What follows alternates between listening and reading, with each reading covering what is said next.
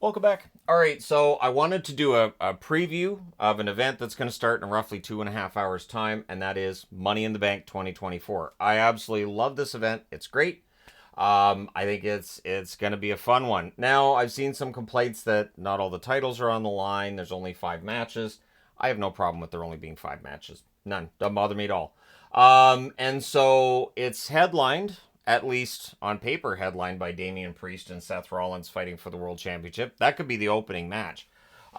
This should be a lot of fun. I expect this one to go probably about 20 minutes, and I expect Seth to put Damian over. I'd be very surprised if Damian were to lose the belt here.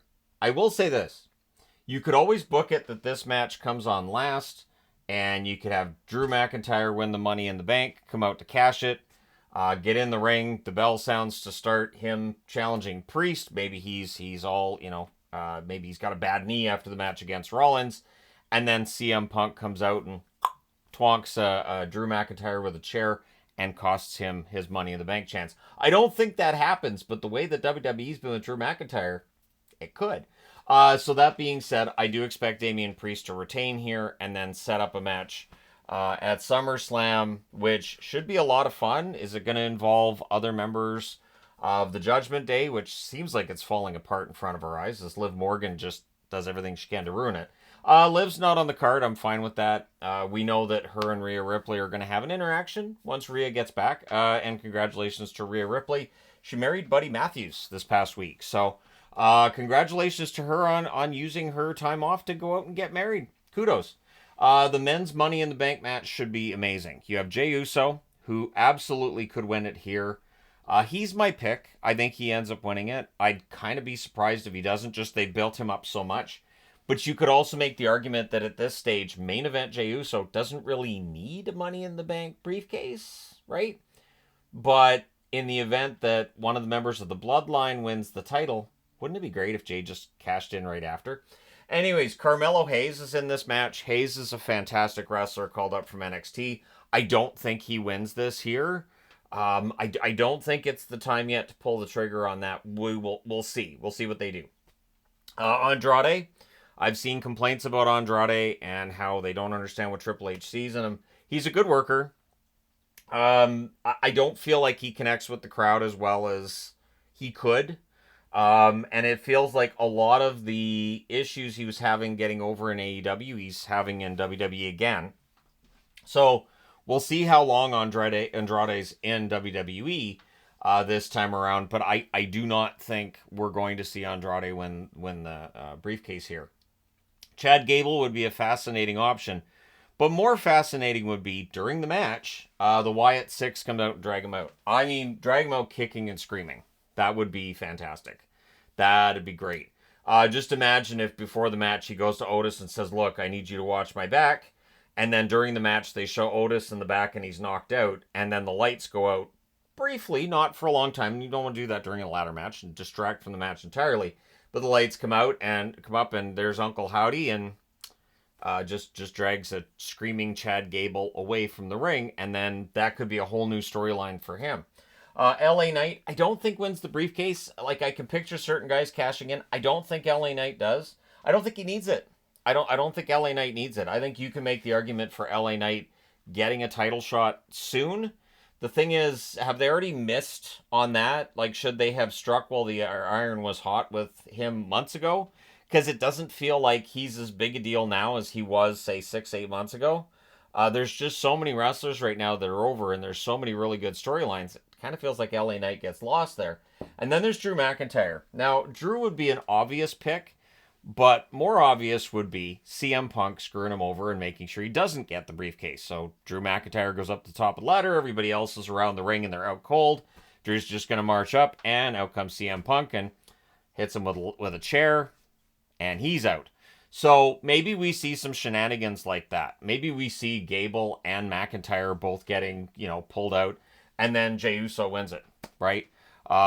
Maybe we see that. But let me know your pick, who you think wins it. The women's match, I think you can make the argument for more of the women winning Money in the Bank than the men.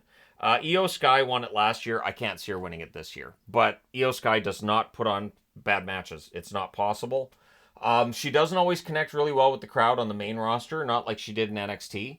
I think part of it is now she's in Damage Control. She's always seemingly been in these group settings. She's in a faction.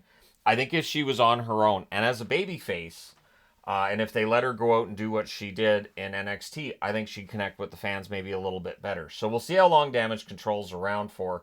It feels like they're ready to split them up. Chelsea Green, I want Chelsea to win it. I do. I want Chelsea to win it. I think it'd be great. If you're looking for a failed cash in, Chelsea might be the best pick for a failed cash in if you're looking for that. But yeah, Chelsea Green is potentially a fantastic pick there. Um, I don't think she necessarily wins. Of course, she's from Vancouver. I'm not far from Vancouver. Be nice to see a local getting the money in the bank. Plus, she has the Canucks jersey she apparently carries with her everywhere. So, hey, I identify with that. Lyra Valkyria, I don't think she gets it for the same reason as Carmelo Hayes. They get called up. This is going to be a match that's going to showcase them. It's going to build them up. I don't think either of them end up walking out with the Money in the Bank briefcase. However, Tiffany Stratton, I think absolutely can. The evil Barbie, because that's basically what she is. She's like Barbie, but evil. And so Stratton, I think, is the future of the women's division. I think she's fantastic. I think her skill is what's most impressive. She absolutely would have fit into the diva era for how she looks, but her wrestling technical skill is fantastic. She's a very, very natural athlete. And so I think if she wins Money in the Bank, I think it could be highly entertaining. And of course, she'd probably end up cashing in on Bayley, but who knows? Sometimes they pull a surprise when somebody cashes in. And so we'll see what happens with Tiffany. Naomi's a good veteran. I don't think she's going to win it here. I think she's there to get some really good spots in. We know she can do that. And her entrances are usually a lot of fun. My wife always enjoys what she's wearing to the ring, and the whole glow in the dark thing she thinks is really great too. So Naomi has really good energy, fun, but probably not a threat for the Money in the Bank briefcase. And then Zoe Stark. Now, I think Stratton probably wins it. My pick would be Chelsea Green, but Zoe Stark, I think, can pull off that whole badass persona that I don't think they've gone away from it, but it doesn't feel like she's the threat now that she was before. And so giving her the Money in the Bank briefcase in this match would definitely get her back on the map as a contender. And it would get her out of that. She's kind of in the tag team with Shayna Baszler, but they kind of get buried at the same time. And then if she wins the briefcase, maybe Shayna gets jealous and turns on her, right? Maybe Shayna looks at this and goes, I should be in that match. There's no reason I'm not in that match. It doesn't make any sense. So we'll see what they do, but it should be a fascinating one. Let me know who you think wins. Again, my picks would be Jey Uso and Tiffany Stratton, but let me know your thoughts.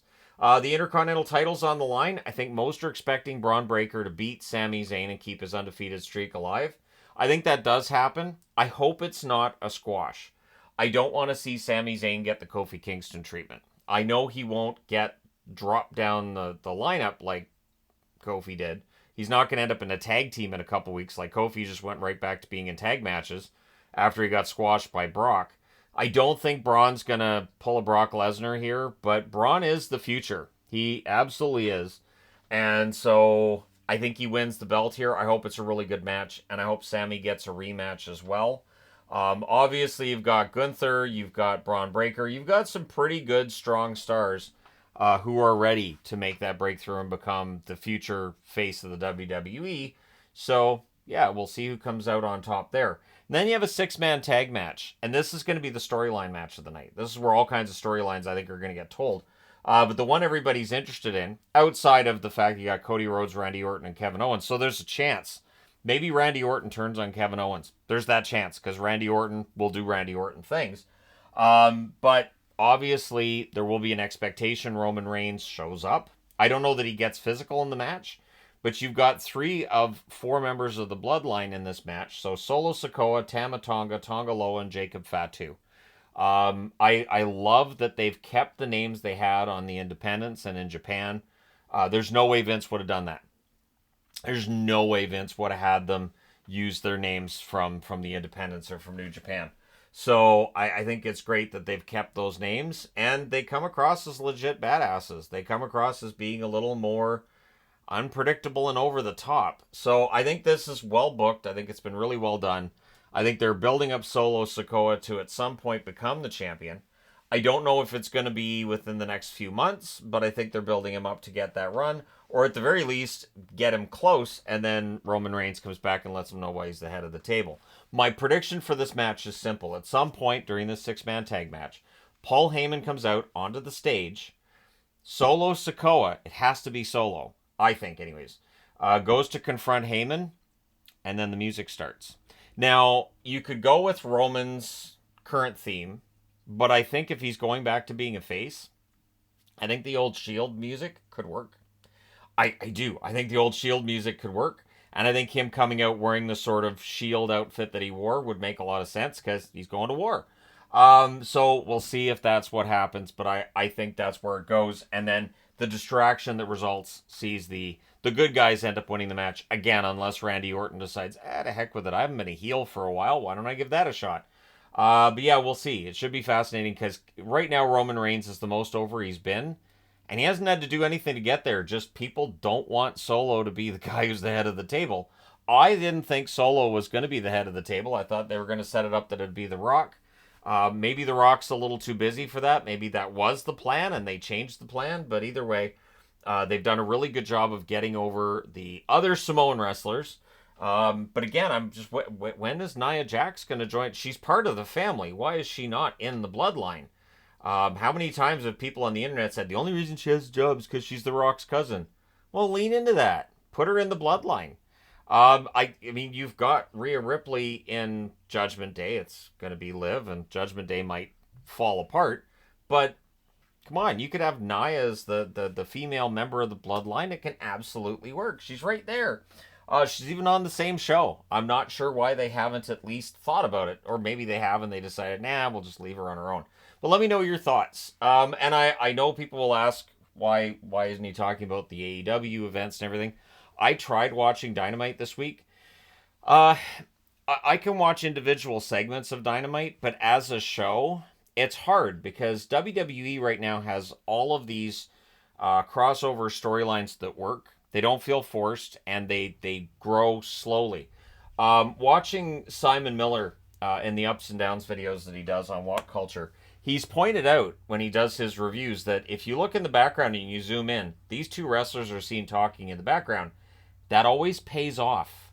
If two wrestlers are in the background and they're interacting, something's up. And they're going to pay it off at a later date.